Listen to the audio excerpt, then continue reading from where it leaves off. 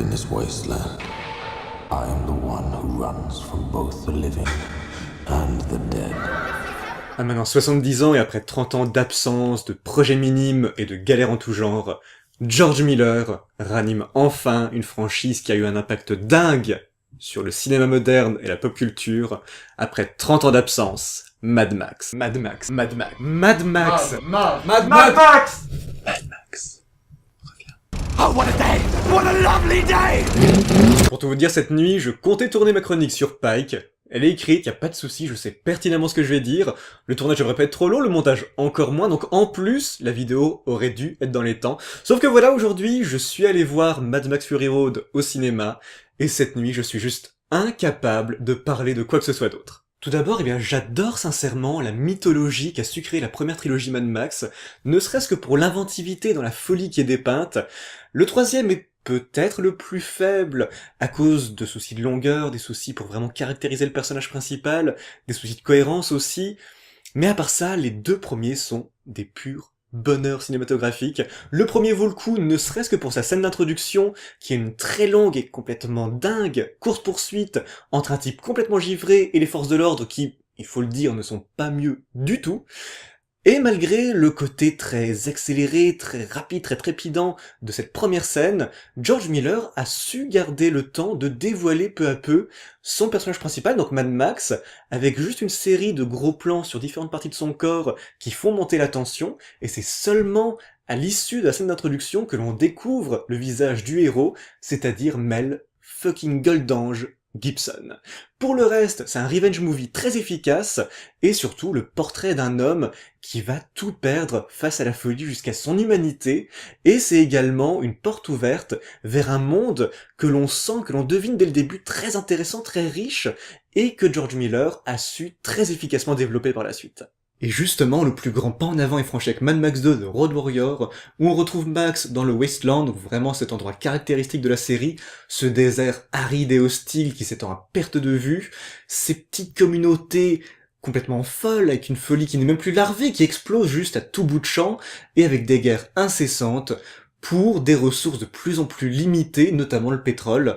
Et résultat, avec Mad Max 2, on a un Mel Gibson qui a du poil au menton, un univers qui s'est très largement étoffé, bref, un film culte, et forcément j'étais impatient de retrouver cet univers dans Mad Max Fury Road.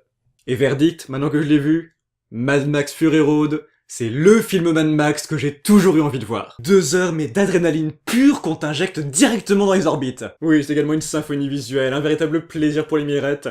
Tout est recouvert par cette patine ocre du plus bel effet, ce qui fait que le désert n'a jamais été aussi beau, aussi chatoyant, aussi coloré, aussi accueillant presque, et ce qui fait que chaque plan est une véritable pépite visuelle, une trouvaille artistique. Avec Mad Max Fury Road, j'ai enfin compris que l'important dans la vie, c'est d'avoir une mort spectaculaire. Merci Mad Max. Non mais je carbure à quoi depuis tout à l'heure? C'est du thé ou du gasoil? Plus sérieusement, j'ai vraiment adoré ce film pour tout un tas de raisons. Tout d'abord, le choix de recaster Mad Max, qui est désormais interprété par Tom Hardy. Tom Hardy, pour moi, est un bon acteur, mais, à mon avis, il n'aura jamais la moitié du charisme de Mel Gibson, mais pour le coup, c'est une excellente chose. Pourquoi ? Parce que nous, spectateurs, on peut s'identifier à lui. Mel Gibson, au final, avait une présence trop dévorante. Hardy, lui, devient un avatar, une véritable porte d'entrée pour le spectateur à un monde qui, d'ailleurs, n'a jamais été aussi déjanté. Et à partir de là, c'est très audacieux, parce que, et c'était déjà mon sentiment dès Mad Max 2, à partir de là, c'est bien l'univers de Mad Max qui est central, et plus Max lui-même. D'ailleurs, Max n'est tellement pas la figure principale du film, qu'à un moment où il se sépare d'un groupe pour s'occuper d'ennemis, la caméra ne le suit pas. La caméra reste focalisée sur le groupe, mais tout ce que fait Max, en revanche, se place hors champ. Alors, facilité scénaristique diront certains, moi j'y vois surtout un coup de génie pour que ce personnage reste ce type normal, développer juste ce qu'il faut, mais surtout ce type qui au final subit la violence du monde extérieur et se contente de réagir pour survivre, comme ce que le spectateur pourrait imaginer faire à sa place. Donc idéal pour l'identification au personnage, qui pour ma part n'a jamais aussi bien fonctionné de tous les autres Mad Max. Et ça me mène tout naturellement à parler de la véritable figure majeure du film, c'est-à-dire Charlize Theron. Elle est magistrale. Elle, pour le coup, dévore absolument toute autre présence à l'écran. Elle incarne cette femme forte et décidée à jouer le tout pour retourner à sa terre natale, quitte à défier Immortan Joe, le grand méchant du film, qui d'ailleurs, anecdote, est interprété par le même acteur qui jouait le grand méchant du tout premier Mad Max, mais non, on ne le reconnaît pas du tout. D'ailleurs, avant de poursuivre sur Immortan Joe, je vais en profiter pour revenir sur ce label dont on affuble Mad Max depuis sa sortie maintenant, qui est de dire que Mad Max Fury Road est un film féministe. Honnêtement, depuis quand est-ce qu'il suffit de mettre en tant que protagoniste principale une femme forte? Depuis quand est-ce que ça suffit à faire d'un film un film féministe? Pour moi, au cinéma, et surtout au cinéma d'action comme c'est le cas ici, l'archétype même de la femme forte, c'est Ellen Ripley, c'est Sigourney Weaver dans Les Aliens. Elle a un charisme fou, elle supporte le poids des films sur ses épaules tout le temps, elle dévore la pellicule, littéralement. Sans elle, les films ne seraient pas de la même qualité, ne seraient pas de cette trempe, les films n'existeraient même pas au final. Mais pour autant, ça ne me viendrait même pas à l'idée de clamer que Les Aliens sont un ensemble de films féministes. À aucun moment. Et de la même façon, Mad Max Fury Road, pour moi, n'est pas un film féministe. Parce que ça n'est pas le but, ça n'est pas l'axe de réflexion de George Miller, qui a toujours nourri plutôt une réflexion sur l'humanité, dans son ensemble, une humanité qui est confrontée à l'amenuisement des ressources naturelles, une humanité qui est confrontée à des guerres sans doute apocalyptiques, une humanité qui est confrontée à la folie, et qui est donc forcée de changer, d'évoluer, de survivre, et les films nous dévoilent le fruit de cette réflexion, justement. Mais à aucun moment, que ce soit dans la précédente trilogie ou dans celui-ci, je n'ai senti dans Mad Max une revendication, une velléité féministe. Pour moi, ça n'a aucun sens.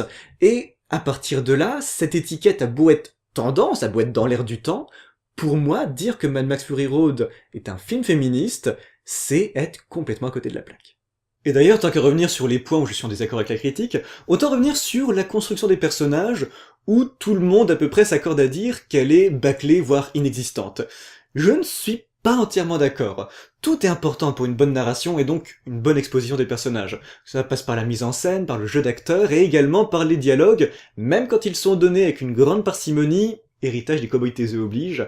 Là pour le coup, je trouve que le film a l'intelligence et même le respect pour le spectateur de nous laisser le soin d'imaginer une bonne partie du passé des personnages. Personnellement, j'en ai marre de tous ces films modernes où tous les points sont reliés entre eux à la fin et où j'ai le sentiment d'être enfermé au bout du compte dans le cadre du film. Là pour le coup, le monde de Mad Max est vaste, énorme, et avec une narration aussi lapidaire, je trouve que c'est en bonne partie à notre imaginaire de le conquérir, et ça colle bien, là encore, avec l'esprit du film. Et donc Immortan Joe. Immortan Joe, si j'ai autant aimé cet antagoniste, ce n'est pas uniquement parce que c'est le même acteur qui a joué Toe Cutter dans Mad Max premier du nom, c'est avant tout parce qu'il est le chef d'une tribu qui fait de Max un prisonnier en début du film, et qui est également le gourou de cette tribu. C'est vraiment cet aspect-là qui m'a le plus fasciné, le plus plu dans cette nouvelle vision du monde de Mad Max, c'est cet aspect religieux, cette spiritualité du guerrier qui donne lieu vraiment aux accès de folie les plus mémorables. Il y a par exemple une scène où un guerrier mortellement blessé s'asperge la bouche de peinture chromée, parce que le chromé c'est la voiture rutilante, étincelante, c'est l'idéal de ce monde-là, donc forcément il faut se rapprocher de l'idéal avant de franchir les portes du Valhalla. Avant de se jeter sur une voiture d'une faction adverse, lestée d'explosifs, avant de sauter, il avait regardé tout autour de lui, ses camarades, pour s'assurer que tout le monde le regardait. Ses camarades criaient en retour « Witness !» Donc en gros, je suis témoin, je sais pas comment ça a été traduit exactement en français, mais une fois l'explosion accomplie, c'est une scène de liesse énorme, une scène vraiment de joie intense, de jubilation, où tous ses anciens camarades crient encore de rechef « Witness! Witness !» Et c'était tellement galvanisant, j'avais une seule envie, c'était de me lever de ma chaise de cinéma et de gueuler avec eux à mon tour « Witness! Witness !» Mais je ne l'ai pas fait. Tant pis pour moi, je pense que j'ai loupé un moment important de ma vie. Et au final, c'est ça que je garde en mémoire, c'est cette euphorie, cette jubilation, cette rage au final qui transpire de l'écran et qui nous prend aux tripes. Elles sont rares les œuvres à vraiment me prendre aux tripes comme ça. En musique, il y a par exemple le groupe américain Static X, notamment leur album Start a War qui pour moi est vraiment le plus abouti de tout ce qu'ils ont pu faire. Il y a The Prodigy, où là presque chaque chanson est un petit bijou, mais notamment leur dernier album qui est vraiment très très bon du côté hargneux et du côté viscéral. En littérature, on peut retrouver un petit peu de Mad Max dans les écrits d'Edward Abbey, assez étrangement, c'est des écrits des années 60, je vous en parlerai très bientôt. Ça se passe déjà dans le Nouveau-Mexique très souvent, donc on a ce même décor un peu aride, un petit peu hostile, et les personnages sont souvent portés sur la désobéissance civile, donc on a ce côté déjanté, ce côté décalé, ce côté un peu fou, donc il y a des éléments assez proches, mais si vous voulez une littérature qui va vraiment à fond dans la folie humaine, il y a Impur de David Vann, dont je vous ai déjà parlé, et je vous le recommande toujours aussi chaudement. Il y a American Psycho de Presti Ellis, où là on a vraiment un portrait d'une humanité à la dérive, une humanité qui est à peine humaine au final, c'est vraiment glaçant mais c'est génial. Et il y a au niveau de la folie, Le Seigneur des Porcheries de Tristan Egolf. Là pour moi c'est le livre et l'auteur, avec un A majuscule, tout en majuscule si vous voulez. Vraiment un auteur qui, je pense, a donné sa vie pour la littérature, c'est très extrême comme parole, j'expliquerai un jour, mais vraiment un auteur qui colle parfaitement à l'esprit punk, l'esprit Mad Max, voilà, l'esprit fou, qui hurlait dans la rue All Hail Discordia, vraiment un auteur que j'admire énormément, qui s'est suicidé malheureusement, mais que j'admire énormément. Tapez donc Discordianisme sur Google, vous verrez un petit peu le type de personnage que c'était.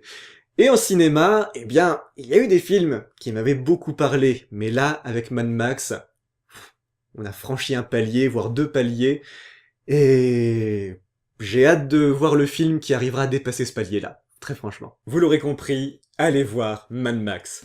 C'est bestial, c'est animal, c'est tribal, c'est génial. Quel voyage! Quel merveilleux voyage!